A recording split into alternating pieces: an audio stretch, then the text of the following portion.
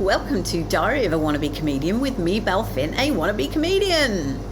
And today I am battling with a bit of noise, just to warn you. So I've got the aircon on, obviously, because it's hot, but there's also some drilling and banging and all sorts of things going on. So you may hear that in the background.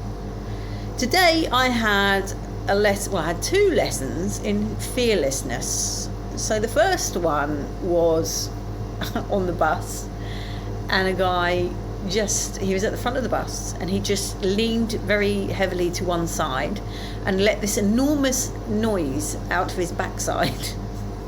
And all the back of the bus were just like, what just happened? And he just carried on as though nothing had happened.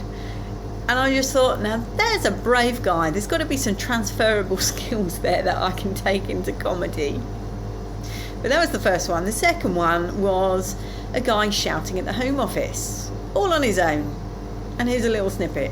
And I'm here today to hold you to account, you, the Home Office. Why is it that councils up and down this country are riddled in debt, skint, because of you, the Home Office, the source, the belly of the beast? So there you are, lessons in fearlessness. As for comedy creativity, I know that last time I left you, I was just going off to Angel Raw, and that was off the back of great success last week, and Angel Raw was not a great gig for me. I mean, the MC was really sweet and said, you did really well. He was such a lovely guy.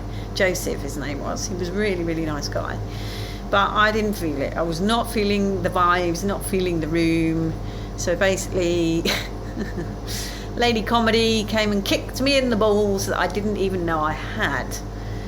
But hey, it's a well-run night, that I will say. It's a very well-run night. And they weren't super strict about the 5-minute thing. And not that it mattered to me, because I was well within my 5 minutes, because I just make sure I am. But there was another lady there who she ended up doing nearly 7 minutes. And I do think she got a bit of a telling off, because she didn't look very happy afterwards. I don't know what happened, because it was all behind me. But there you are. So, lessons to be learned. I expected if you went over your 5 minutes that they'd have one of those, like a cane, and they'd just hook it round your neck and pull you off. But they didn't do that. And then last night, by complete contrast, I went to the Cavendish Arms, and I have told you before how that trophy eludes me. Well, not anymore. I can't believe I actually won the clap off and another piece of plastic tat, of which I'm very proud. I will be taking a photograph of it and putting it on social media, but I'm only going to post once a week, I think, my comedy gigs. But I was so chuffed. So chuffed. I mean, it was an easy night for me, to be fair, because there was only 6 comedians, because about 4 had dropped out, which means it's like money for old rope, because that's a pay-to-play, that gig. But anyway, so the pool was slightly smaller, but I have to say it was a good gig for me, and I was feeling it. And it was actually a very tough crowd. So I think because I got some laughs out of people, that made it all the better. But it was quite embarrassing at the end with the clap off.